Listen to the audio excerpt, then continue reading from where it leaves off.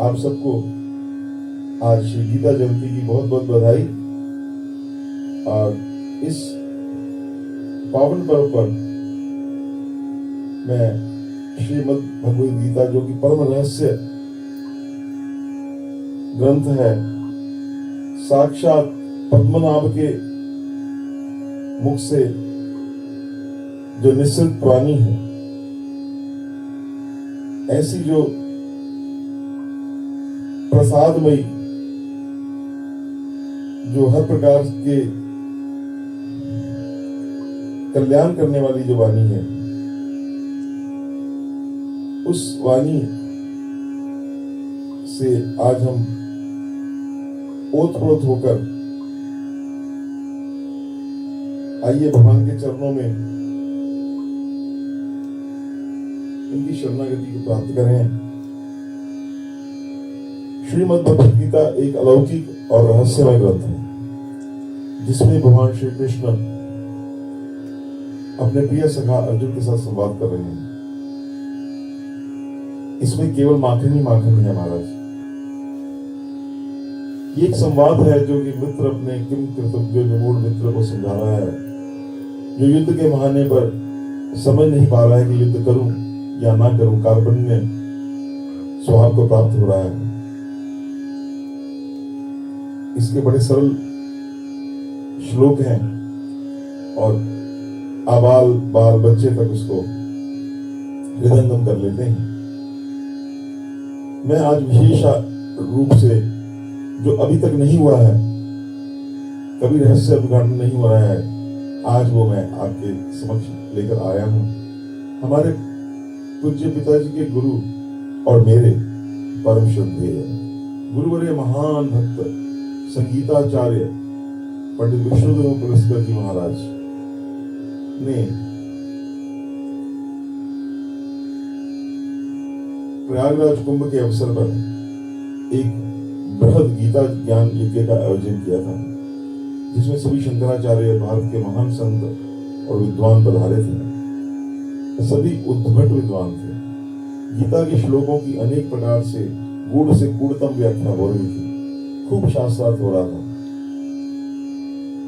उस समय भारत के महान संत ब्रह्मलीन स्वामी अखंडानंद सरस्वती जी, जिनको सारा भारत जानता है, विराजमान थे और लिखते हैं कि जब ये विद्वानों की आपस में चर्चाएं चल रही थी शास्त्रार्थ की, तो स्टेज के ऊपर एक अवधूत चढ़ाया और सब विद्वानों को बोला, आप ये क्या कर रहे हो? शब्दों का जाल बुन रहे हो, ध्रुव गीता को कठिन कर रहे हो। अरे भाई, गीता मात्र एक सरल संवाद है दो मित्रों के बीच में, जिसमें भगवान श्री कृष्ण अर्जुन को क्या करना चाहिए, उनके माध्यम से जीव मात्र को कृपा करके ये समझा रहे हैं। भगवान ने अर्जुन को केवल समझाया है और सारी गीता में आप ये सुनकर आश्चर्यचकित होंगे। शायद ही आपके लिए पहली बार आप इस बात को जानेंगे कि सिर्फ और सिर्फ आज्ञात्मक 26 श्लोक कहे हैं। ऐसा मैंने एक परम संत से कई वर्षों पूर्व ऐसा उनके चरणों में बैठकर, श्री चरणों में बैठकर सुना था। आइए कृपया इनको हृदयंगम करें। तो हम पहले श्लोक से शुरू करते हैं। ये इस श्लोक में भगवान श्री कृष्ण अर्जुन को बीच बीच में निर्देश भी कर रहे हैं। तो उनका वो जो निर्देश है, आज हम उन्हीं की चर्चा करेंगे। डूज जो हैं, आज्ञा वाले, उनकी हम चर्चा करेंगे। तो ये पहला श्लोक मैं आपके सामने उपस्थित करता हूँ, बोलता हूँ। आप बड़े भाव से उसको सुने, दत्तचित करें। ये भगवान की आज्ञा है, जो सब जीव मात्र के लिए परम उपयोगी है। भगवान का जो उनका जो भी कुछ कहना होता है, वो सर्वकालीन सबके लिए उपयोगी होता है, इस भाव से पहला श्लोक है, मात्रा स्पर्शास्तु कौन्तेय शीतोष्ण सुख दुख दाह आगमापायिनो नित्या सांस्थितिस्व भारत। हे अर्जुन, हे कुंती पुत्र, ये जो सर्दी गर्मी लगती है, सुख दुख जो तेरी इंद्रियों को लगती हैं, ये विश्वों के संयोग से हैं और इनकी उत्पत्ति और विनाश शील दोनों अनित्य हैं, इसलिए तू इनको सहन कर, इनको धैर्यपूर्वक इनको सहन कर। ये भगवान की प्रथम आज्ञा है। अब भगवान की दूसरी आज्ञा है, ये मैंने दूसरे अध्याय का 14वां श्लोक आपको सुनाया। फिर भगवान कह रहे हैं, सुखे दुखे समय कृत्वा लाभो लाभो जया जयो ततो युद्धाय युज्यस्व नैव मम पापमवाप्स्यसि। जय पराजय, लाभ हानि और सुख दुख इनको समान समझ। लाभ हो तब भी, हानि हो तब भी, तू तो बस एक कार्य कर, युद्ध के लिए तैयार हो। अगर तू इस प्रकार युद्ध करेगा तो तेरे को पाप नहीं लगेगा, तो पाप को प्राप्त नहीं होगा। ये भगवान की दूसरी आज्ञा है, 38वां श्लोक। इसके बाद भगवान ने तीसरी आज्ञा दी है,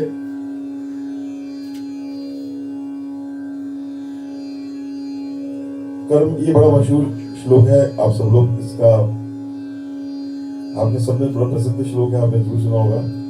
कर्मण्येवाधिकारस्ते मा फलेषु कदाचन मा कर्म फल हेतुर्भूमा ते संगोस्त्व कर्मणि। अर्जुन, तेरा अधिकार तो सिर्फ कर्म करने में है, उसके फलों में कभी नहीं, कदाचन कभी नहीं। इसलिए तू कर्मों के फल का हेतु मत हो, तेरा उसमें ध्यान न जावे, और तेरी लेकिन इसके साथ ही साथ तेरी कर्म ना करने में भी आसक्ति ना हो। ये भगवान की तीसरी आज्ञा हुई। 48वां दूसरे अध्याय का श्लोक, योगस्थः कुरु कर्माणि संगम त्यक्त्वा धनंजय सिद्धे असिद्धेयो समो भूत्वा समत्वं योग उच्यते। योग क्या है? समत्व का भाव है। जो कुछ भी कर्म किया जाए, अगर वो पूरा हो जाए तो भी ठीक, ना हो जाए तो भी ठीक, उसके फल में समभाव रहने का नाम समत्व है। तो हे धनंजय, तू आसक्ति को त्याग कर तथा सिद्धि और असिद्धि, चाहे सिद्धि मिले चाहे ना मिले, समान बुद्धि वाला होकर योग में स्थित हुआ, कर्तव्य कर्मों को कर। समत्व ही योग कहलाता है। ये समत्व योग उच्चते, ये सबसे सुंदर, सबसे सर्वोत्तम योग है। ये भगवान ने अर्जुन को उपदेश किया है। अब भगवान दूसरे अध्याय में 5वीं आज्ञा दे रहे हैं। आइए श्रवण करते हैं। बुद्धि युक्तो जहाति है उभे सुकृत दुष्कृते तस्माद्योगाय युज्यस्व योगा कर्मसु कौशलम। अब कर्म तो सब करते हैं, लेकिन कुशलता किसमें है, डेक्सटेरिटी किसमें है? तो भगवान कहते हैं, समबुद्धि युक्त पुरुष पुण्य और पाप दोनों को इसी लोक में त्याग देता है। पुण्य भी आगे न जावे, आगे जाएंगे तो शून्य पुण्य मृत्यु लोक, फिर यहाँ आना पड़ेगा। उनसे मुक्त हो जा। दोबारा कह रहे हैं, तो समत्व रूप योग में लग जा। ये समत्व रूप योग ही कर्मों में कुशलता है, अर्थात ये कुंजी है कर्म बंधन से छूटने का उपाय। तो इस प्रकार से भगवान ने 5 श्लोक कहे हैं दूसरे अध्याय में। आइए अब तीसरे अध्याय में चलते हैं। तीसरे अध्याय का 8वां श्लोक। नियतं कुरु कर्मं त्वं कर्म जयायो हा कर्मणः शरीर यात्रा भी चते न प्रसिद्धये कर्मणः। कर्म तो कर, लेकिन शास्त्र युक्त कर्म कर, शास्त्रोक्त कर्म कर, कर्तव्य कर्म कर। क्योंकि कर्म नहीं करेगा वो श्रेष्ठ नहीं है। कर्म ना करने की अपेक्षा कर्म करना श्रेष्ठ है। और अगर तू कर्म नहीं करेगा तो शरीर का निर्वाह कैसे होगा? इस संसार में कुछ ना कुछ तो करना पड़ेगा ताकि हम ये हमारी जो संसार की जो अल्प यात्रा है इसको हम पूर्ण कर सकें, निर्वाह कर सकें। अब भगवान की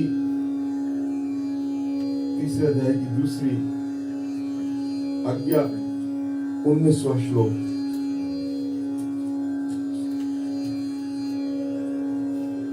तस्माद् आसक्तः सततं कार्यं कर्म समाचर असक्तो हरचरन् कर्म परमाप्नोति पुरुषः। इसलिए तू निरंतर आसक्ति से रहित होकर सदा कर्तव्य कर्म को भलीभांति करता रहे। क्योंकि आसक्ति से रहित होकर कर्म करता हुआ मनुष्य परमात्मा को प्राप्त हो जाता है। कर्म करते हुए उसमें अटैचमेंट ना हो, उसमें ममत्व ना हो, आसक्ति ना हो, भली भांति कर।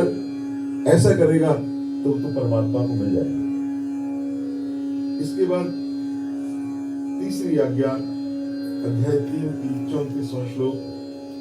इंद्रियस्येन्द्रिय संयार्थे राग द्वेषो व्यवस्थितो तयोर्नवशमागच्छतो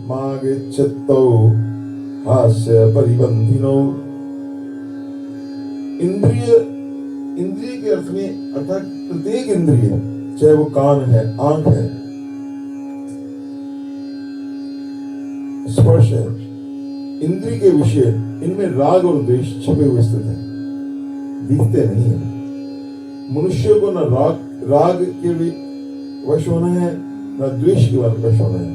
क्योंकि ये दोनों ही इसके कल्याण मार्ग में, जिस मार्ग से इसने परमात्मा को प्राप्त करना है, उसमें महान शत्रु है। ना तो किसी से बहुत ज्यादा, ना काहू से दोस्ती, ना काहू से वैर। ये भगवान की आज्ञा है महाराज। तो इस प्रकार भगवान की तीसरे अध्याय की 3 आज्ञाएं हैं। अब आइए चौथे अध्याय में चलते हैं। यहां भगवान ने 2 आज्ञाएं दी हैं। पहली आज्ञा भगवान की है, एवं ज्ञात्वा कृतं कर्म पूर्वैरपि मुमुक्षुभिः गुरु कर्मेव तस्मात् त्वं पूर्वतरं कृतं। भगवान कह रहे हैं श्री कृष्ण अर्जुन से, पूर्व काल में मुमुक्षुओं ने भी इसी प्रकार जानकर ही कर्म किए। इसीलिए तू अपने जो पूर्वज हैं उनको देख, उनके द्वारा सदा से किए जाने वाले कर्मों को ही कर। आज हमारे लिए ऑलरेडी एक राजमार्ग है जो कि हमारे पूर्वजों द्वारा निश्चित है, उसी को हमें फॉलो करना है। ये भगवान की आज्ञा है। तो भगवान की आज्ञा हम सबको कोई इधर उधर मत भटके। आजकल के जो मतांतर हैं इनको इसमें ना भटके। अपने पूर्वज जो हमारे हैं उनको हम करें। अब जो अंतिम श्लोक है ये भगवान की आज्ञा है। इसमें तस्माद् ज्ञान संभूतम हृत्स्थं ज्ञानासिनात्मनः चित्तैवनं संशयं योगमातिष्ठो उत्तिष्ठ भारत। हे अर्जुन तू उत्तिष्ठ, खड़ा हो जा, युद्ध के लिए खड़ा हो जा। भगवान उनको कह रहे हैं, ये भगवान की आज्ञा है महाराज। ये भगवान की 10वीं आज्ञा है। हे भरतवंशी अर्जुन, तू हृदय में स्थित इस अज्ञान जनित अपने संशय को विवेक ज्ञान रूप तलवार द्वारा छेद कर दे, काट दे और सुमत्व रूप कर्म योग में स्थित हो जा और युद्ध के लिए खड़ा हो। अब भगवान की अगली आज्ञा है, ये 6वें अध्याय से भगवान की आज्ञा है। इसमें भगवान कह रहे हैं कि अर्जुन तो योगी हो, तपस्वीभ्यो अधिको योगी, ज्ञानीभ्यो अपि मतो अधिकः, कर्मीभ्यो अश्चाधिको योगी, तस्माद् योगी भव अर्जुन। योगी तपस्वियों से भी श्रेष्ठ है, शास्त्र ज्ञानियों से भी श्रेष्ठ है, और सकाम करने वालों से भी योगी श्रेष्ठ है। इसलिए अर्जुन तू योगी हो, ये भगवान की आज्ञा है। अब भगवान ने 2 आज्ञाएं 8वें अध्याय में दी हैं, आइए उनका भी श्रवण करते हैं।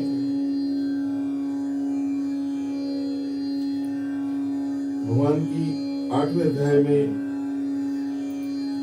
7वें श्लोक में भगवान कह रहे हैं,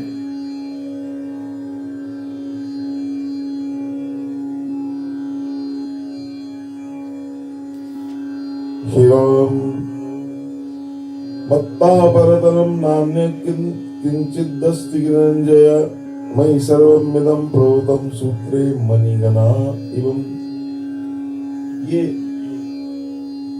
ये भगवान की ये 7वां अध्याय है, इसमें नहीं, भगवान ने 8वें अध्याय की 7वें श्लोक में जो भगवान ने कहा है वो उनकी आज्ञा है। ये बड़ी प्रसिद्ध आज्ञा है।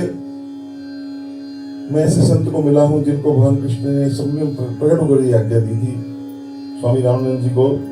तस्मात् सर्वेषु कालेषु मामुनुस्मर युद्धश्च, मया अर्पित मनोबुद्धिर्मामेव संशयम्।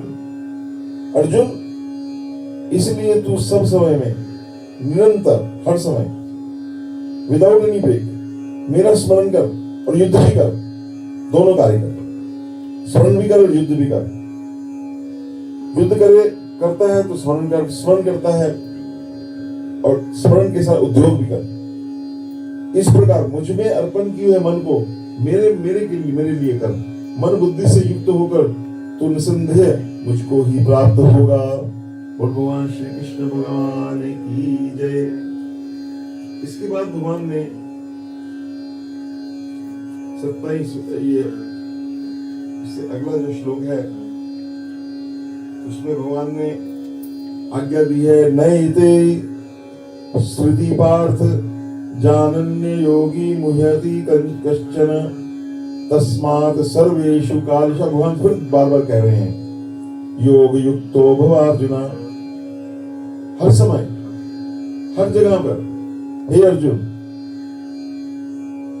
दोनों मार्गों को तत्व से जानकर कोई भी योगी मोहित नहीं होता। इसलिए हे कारण अर्जुन, तू सब काल में समबुद्धि रूप योग से युक्त हो, अर्थात निरंतर मेरी प्राप्ति के लिए साधन करने वाला बन जा। अब भगवान 9वें अध्याय में आज्ञा कर रहे हैं। भगवान की आज्ञा, यत् करोषि यत् स्नासि यत् जुहोषि ददासि यत् तपस्यसि कौन्तेय तत् कुरुष्व मत् अर्पणम्। तू जो करता है मेरे को अर्पण करता रहे। तदीय वस्तु गोविंद तुभ्यम समर्पयामि। अर्जुन, तू जो कर्म करता है, जो खाता है, जो मन करता है, जो दान करता है और जो तप करता है, वह सब मेरे को अर्पण कर। इसमें भगवान जगदीश शंकराचार्य का बहुत सुंदर, उनकी जो शिव मानस पूजा उसको विशेष देखना चाहिए। यद्यपि करो तो कर्म अखिलम शंभुस्तव आराधना, जो भी करता है। अब भगवान की अगली आज्ञा है, किम पुण्रामना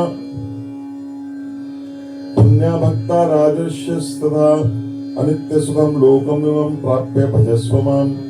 फिर इसमें कहना ही क्या है, जो पुण्यशील ब्राह्मण तथा राजर्षि भक्तजन मेरी शरण होकर परम गति को प्राप्त होते हैं। इसलिए तू सुख रहित और क्षणभंग इस मनुष्य शरीर को प्राप्त होकर निरंतर मेरा ही भजन कर।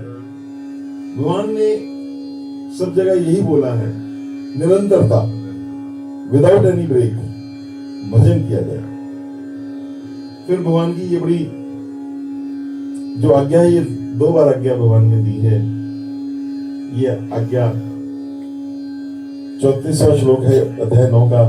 मन मना भव मद्भक्तो मध्याजी माम नमस्करु मामे वैश्यसि युक्तैवैवात्मानं मत्परायणः। मुझ में मन वाला हो, अपना मन छोड़ दे, मेरा भक्त बन, मेरा पूजन करने वाला हो, मुझको प्रणाम कर। इस प्रकार आत्मा को मुझ में नियुक्त करके मेरे परायण होकर तू मुझको ही प्राप्त होगा। अब भगवान ने 11वें अध्याय में भगवान की श्लोक नंबर 55 में भगवान ने आज्ञा दी है, मत करम कृणम मत परमो मत भक्तः संगवर्जितः निर्वैरः सर्वभूतेषु यः स मामेति पांडव। हे अर्जुन, जो पुरुष केवल मेरे लिए ही संपूर्ण कर्तव्य कर्मों को करने वाला है, मेरे परायण, जैसे भगवान के कई कार्य करता है, उनके प्रति मेरा भक्त है, आसक्ति रहित है और संपूर्ण भूत प्राणियों में वैर भाव से रहित है, वह अनन्य भक्त, भक्ति से युक्त पुरुष मुझको ही प्राप्त होता है। इसके बाद जो 12वां अध्याय है भक्ति गीता का, भक्ति का शिरोमणि अध्याय है, उसमें भगवान ने 8वें श्लोक में भगवान ने कहा है, मय्येव मन आदिस्व मयि बुद्धिं निवेशय निवसिष्यसि मय्येव अद ऊर्ध्वं न संशयः। हम इस जगत में आते हैं, बहुत इन्वेस्टमेंट करते हैं, भगवान करते तू निवेश कर। किसमें इन्वेस्ट कर? मेरे में कर, मुझ में मन को लगा, मुझ में ही बुद्धि को लगा, इसके उपरांत तू मुझ में ही निवास करेगा, इसमें कुछ भी संशय नहीं है।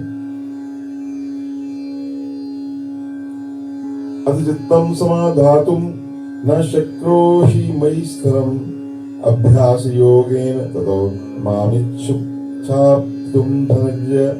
यदि तू मन को मुझ में अचल स्थापन करने के लिए समर्थ नहीं है, अब भगवान रिलैक्सेशन दे रहे हैं कि अगर ये नहीं कर सकता तो अभ्यास कर। अभ्यास क्या है? भगवान के नाम गुणों का श्रवण, कीर्तन, मनन, श्वास के द्वारा जप और भगवत प्राप्ति विषय शास्त्रों का पठन पाठन इत्यादि चेष्टाएं भगवत प्राप्ति के लिए बारंबार करने का नाम अभ्यास है। तो ये अभ्यास योग से मुझको प्राप्त करने की इच्छा कर। अभ्यासेप्यस्मर्थोऽसि मत्कर्म परमो भव मदर्थमपि कर्माणि कुर्वन्नि सिद्धिमवाप्स्यसि। अब भगवान और रिलैक्सेशन दे रहे हैं। अगर तू ये भी नहीं कर सकता, अभ्यास में भी असमर्थ है, तो केवल मेरे लिए कर्म करने के लिए परायण हो जा।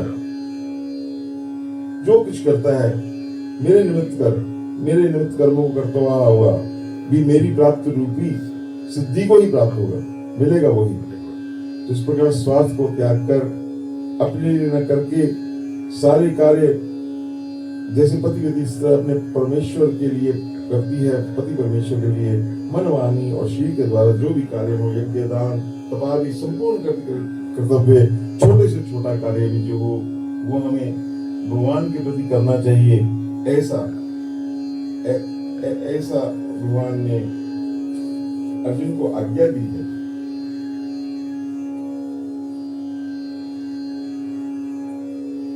इस प्रकार भगवान की जो आज्ञाएं हैं बड़ी सुंदर हैं। और अब भगवान ने अपना जो अंतिम और जो विशेष अध्याय है 18वें अध्याय में भी 4 भगवान ने, उसमें भी भगवान ने आज्ञा दी है। चेतसा सर्व कर्माणि मयि सनस्य मत्परः बुद्धि योगमुपाश्रित्य मच्चित्ता सततं भव। सब कर्मों को मन में मुझ में अर्पण करके तथा समबुद्धि रूपी योग को अवलंबन करके मेरे परायण और निरंतर मुझ में चित्त वाला हो। भगवान एक ही बात को बार बार हर प्रकार से समझ आ जाए अर्जुन को डाल रहे हैं कि समबुद्धि रूप योग का सहारा ले और मेरे परायण होकर निरंतर मुझ में ही चित्त वाला।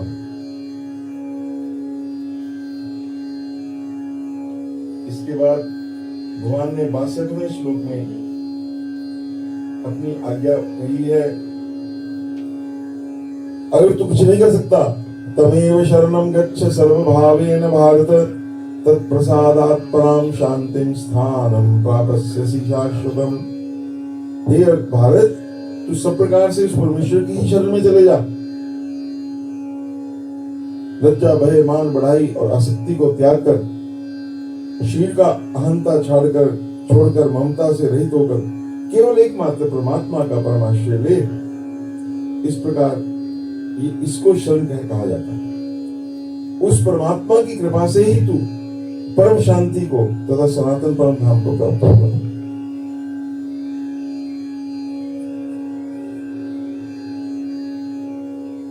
मनमना, अब ये आज्ञा भगवान की दूसरी बार भगवान इस आज्ञा को कह रहे हैं, जो बड़ी अद्भुत भगवान की आज्ञा है।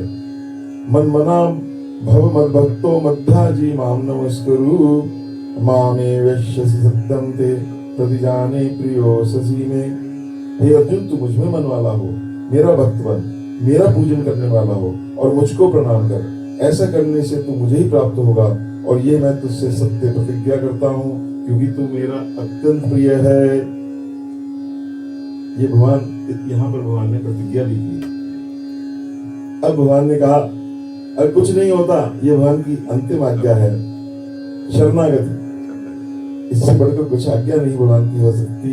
सर्वधर्मानि परित्यज्य मामेकं शरणं व्रज, अहं त्वा सर्वपापेभ्यो मोक्षयिष्यामि मा शुचः। शोक मत कर, मैं तुझे संपूर्ण पापों से मुक्त कर दूंगा। तू संपूर्ण धर्मों को अर्थात संपूर्ण कर्तव्य कर्मों को नहीं कर सकता। सबको त्याग कर केवल एक मुझे सर्वशक्तिमान सर्वाधार परमेश्वर की शरण में आएगा। इस प्रकार ये भगवान की 26 आज्ञाएं गीता में हैं। इसका मैंने आपसे निवेदन किया। कोई बोलने में, कुछ कहने में कोई मेरे से त्रुटि हो गई, मैं कवि ना हो ना चतुर गवाओ, मति अनुरूप राम गुण गाओ। इस भाव से उन परमात्मा भगवान श्री कृष्ण को, जो अर्जुन को ये दिव्य उपदेश दे रहे हैं, जो जीव मात्र के लिए है, उनको बार बार नमन करते हुए आप सबको गीता जयंती की बहुत बहुत बधाई। जय जय।